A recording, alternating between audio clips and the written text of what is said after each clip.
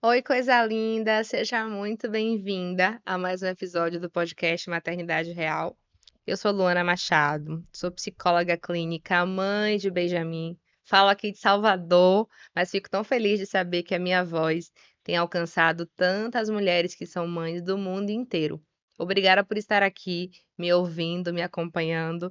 Se você chegou aqui agora, seja muito bem-vinda. Todas as quintas-feiras eu coloco um episódio novo aqui no podcast. E eu quero te pedir carinhosamente para você compartilhar o meu podcast com o máximo de mulheres que são mães que você conhece. Mulheres que querem ser mães, mulheres que se identificam com o tema da maternidade. Assim você me ajuda na divulgação do meu trabalho. E hoje eu quero falar de um tema desafiador, mas muito real, na nossa rotina do dia a dia, que é a comparação. A comparação, sem dúvidas, nos mina muito a nossa autoestima, a nossa alegria, nos destrói internamente. E essa comparação é um detalhe que a gente precisa cuidar para lidar desde a gravidez. Na verdade, a vida inteira, né? Ah, queremos nos comparar profissionalmente, casamento, vida financeira. Sempre achamos que a grama do vizinho é mais verde, mas às vezes é porque a gente está sempre olhando para a grama do vizinho. Se a gente olhar para a nossa grama, a gente vai conseguir ver que também ela é verde, que ela também precisa ser regada, cuidada, para assim estarmos felizes com ela. Mas no quesito maternidade, eu percebo que a comparação mais desafiadora é quando ela é das pessoas de perto, quando ela acontece dos familiares, das pessoas ali do dia a dia que está acompanhando essa criança. Eu já passei por isso em várias etapas de Benjamin, de comparar sobre o aprender a falar, o engatear, sobre o aprender a andar, sobre tantas coisas, sobre até a própria saúde, de ficar mais doente do que a outra criança. E é importante a gente sempre lembrar que cada pessoa, ela é muito única, individual. Claro que a gente pode fazer ter uma noção da outra criança no sentido de termos o cuidado de não estarmos negligenciando talvez algumas questões. Por exemplo, o atraso da fala, já passou muito tempo desse marco aqui no desenvolvimento, a criança ainda não andou, não engateou. Precisamos de fato ter esse cuidado. Opa, a fase do desfraude aqui já passou e talvez precisamos tomar algumas medidas. É claro que essa noção básica é importante também a gente ter. Porém, tem uma outra perspectiva da comparação que pode ser muito tóxica, que pode nos fazer muito mal. Recentemente, minha mãe começou a trabalhar cuidando de uma outra criança, próximo da minha casa.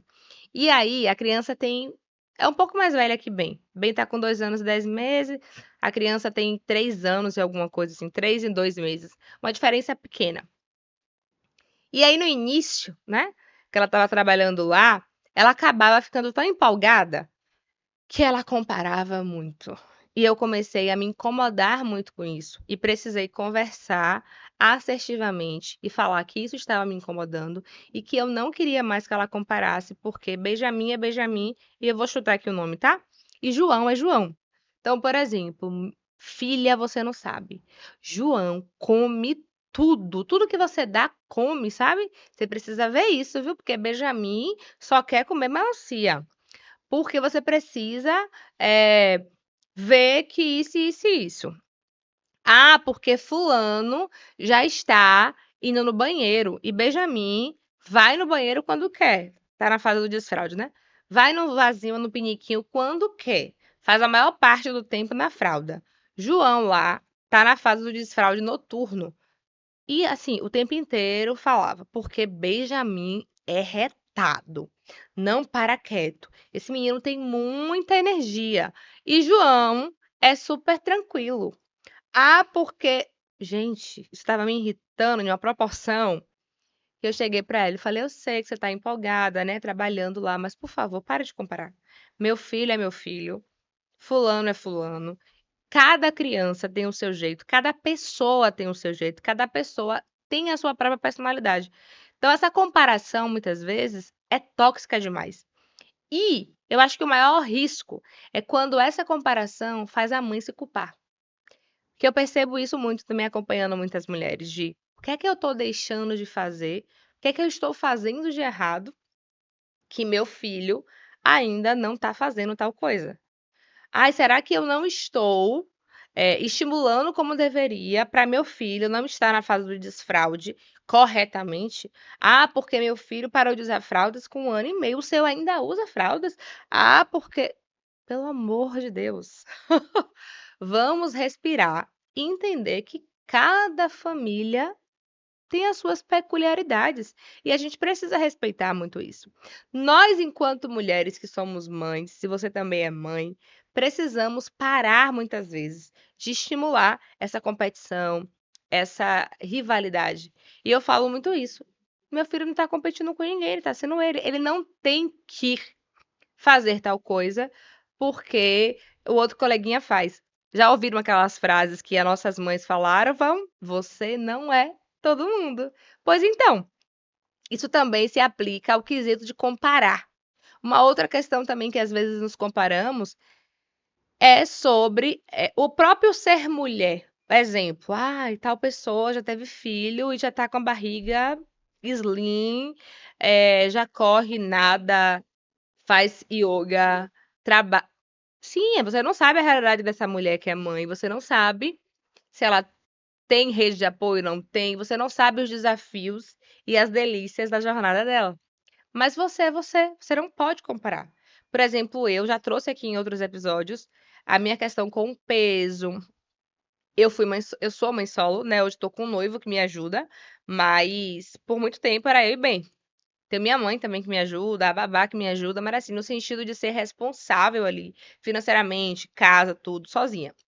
Eu não posso comparar minha realidade com a realidade de uma outra pessoa que vive, sei lá, papai e mamãe juntos, a mulher não precisa trabalhar, não se preocupa com pagar contas, tem uma outra realidade financeira. E eu não estou dizendo aqui que é mais fácil ou mais difícil para aquela mulher ou para mim, só são realidades diferentes.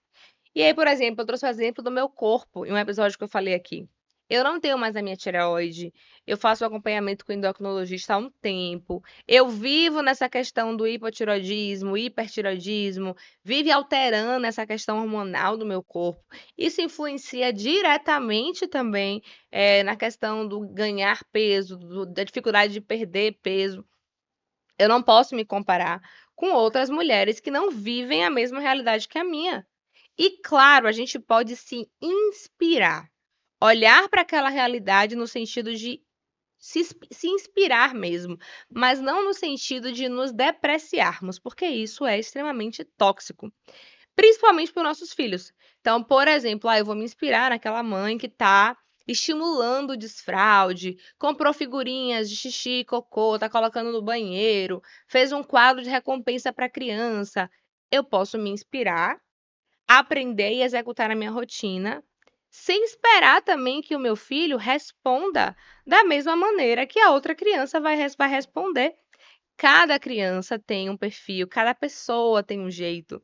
E precisamos também ter o cuidado para, desde a infância, não estar colocando na criança essa questão da competição, da comparação, que tem que ser melhor. Deixa ele só ser criança, deixa ele ser ele, né? Eu falo muito sobre isso, às vezes, sobre Benjamin.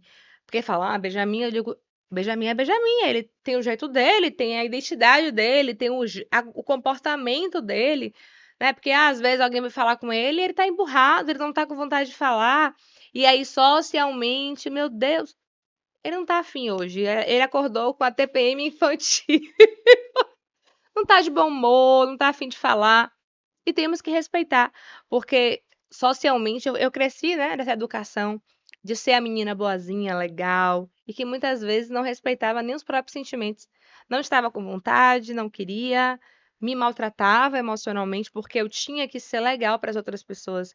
E a gente precisa, eu estou aprendendo isso com a minha terapia pessoal, com o meu desenvolvimento pessoal, de respeitar o meu ritmo, a minha vontade, o meu querer. E eu não tô falando que eu vou deixar meu filho fazer o que ele quer, sem limites, não é isso. Mas de não forçar, porque tem que ser a criança legal. Ele não tá afim. O clima dele hoje, a vontade, ele não tá afim de interagir, ele não tá afim de socializar. Ontem à noite foi a festa de 60 anos do meu pai. Foi uma festa grande, então Benjamin olhou pela primeira vez para tios, primos distantes que ele nunca viu e ele simplesmente não estava afim. Eu entendo um barulho, som, muita gente, pessoas, todo mundo querendo falar e ser legal e ele simplesmente fazia uma cara assim, e o pessoal falava, ih, ele não tá muito bem, né? Ih, não puxou o avô, não puxou a mãe, que são sociáveis, extrovertidos. Eu falei, porque ele é ele. Então você percebe que socialmente temos que tomar muito cuidado também para não estarmos comparando a nossa criança com um padrão que não é saudável. Por que meu filho tem que ser sorridente, legal com todo mundo? Ok, que ele não tem que fazer malcriação, ser mal educado, bater, agredir, xingar. Mas se ele quiser ficar no colo da mãe dele e não tá afim de sorrir, ok. Ele tem esse direito. Mas socialmente fomos sendo moldadas a, não, a gente tem que vestir a capa da boazinha, do bonzinho, e sermos legais, então, assim, precisamos ter cuidado também para a gente não usar a comparação dos nossos filhos, da gente, da nossa família, em uma perspectiva que não é saudável. Quem disse que precisamos, né, o tempo inteiro estarmos sorridentes e de bem com a vida com todo mundo? Eu preciso respeitar os meus sentimentos e as minhas emoções. Eu não tô bem para sair, para fazer tal coisa. Então a gente precisa tomar muito cuidado porque, por exemplo, na adolescência esse movimento de busca por aceitação e por pertencimento e por aprovação é o que leva muitos adolescentes ao uso das drogas, da bebida, de comportamentos que não condizem com o que ele quer, mas eles fazem isso para que socialmente venham ser aceitos, amados, respeitados, vistos, não excluídos. Então precisamos tomar cuidado para não estarmos fazendo isso com a gente, enquanto mulheres, enquanto pessoas, enquanto mães. Farei isso para fazer parte daquele grupo, farei isso para me verem como uma mãe maravilhosa, farei isso para o meu filho não ser excluído. Mas isso é saudável para você, para o seu filho, para sua família? Né? Por exemplo, se eu for parar para pensar nisso, eu não bebo refrigerante há um tempo, eu ainda não dei refrigerante a Benjamin. E se eu for parar para pensar em alguns contextos que eu já fui, maluquice, isso é besteira. Deixa a criança ser feliz, deixa a criança experimentar, mas na minha perspectiva, no que eu quero educar, nos meus valores, no meu senso de saúde, eu não quero. Mas se eu for comparar no que todo mundo está fazendo, eu deveria fazer. Então é importante a gente tomar esse cuidado com essa comparação que externamente sempre vai acontecer. As pessoas vão comparar seu filho, sua casa, seu corpo, sua família, seu casamento, sua vida financeira, seu estado social. Mas como é que você vai lidar com isso? Como é que nós estamos lidando com essa comparação? Luana, como é que lida com isso? Primeira coisa, você precisa se blindar e colocar limites, que é uma coisa que eu tenho feito. Não só com minha mãe, mas qualquer pessoa que vem falar ou educar ou comparar sobre mim, Benjamin, eu falo, é legal, mas ele é ele, eu sou eu, cada um com sua realidade, cada um com sua família, e não fale isso. Coloque limites, se posicione, observe realmente o que você quer, o que você não quer. Ouça talvez aquela fala, aquele comentário, avaliando se tem alguma coisa para melhorar. De fato, talvez, por exemplo, o Benjamin, de fato, ele teve um atraso na fala. Eu levei ele para fono, ele tratou um ano e recebeu alta. Então, eu não podia também negligenciar demais a questão do atraso. A gente precisa ter essa perspectiva, né? De avaliar até que ponto é um atraso, está dentro do padrão de normalidade, ou apenas é uma comparação sem fundamento. E é sobre isso. E assim, é respeitar quem você é enquanto mãe, enquanto mulher, e também respeitar o tempo da sua vida e do seu filho, sem comparar com uma outra família, com uma outra criança, com uma outra criança, com uma outra realidade. E se você também quer aprender a lidar com isso de forma mais profunda, eu quero te convidar a entrar no Florescer, que é o meu curso Manual da Mãe Leve. Lá eu tenho várias aulas que vão te ensinar a lidar com as emoções, que vão lhe ensinar a lidar com vários desafios do seu maternar, que vão te convidar a investir no seu autocuidado. E eu termino o podcast de hoje com um relato, um depoimento de uma das alunas do curso Florescer.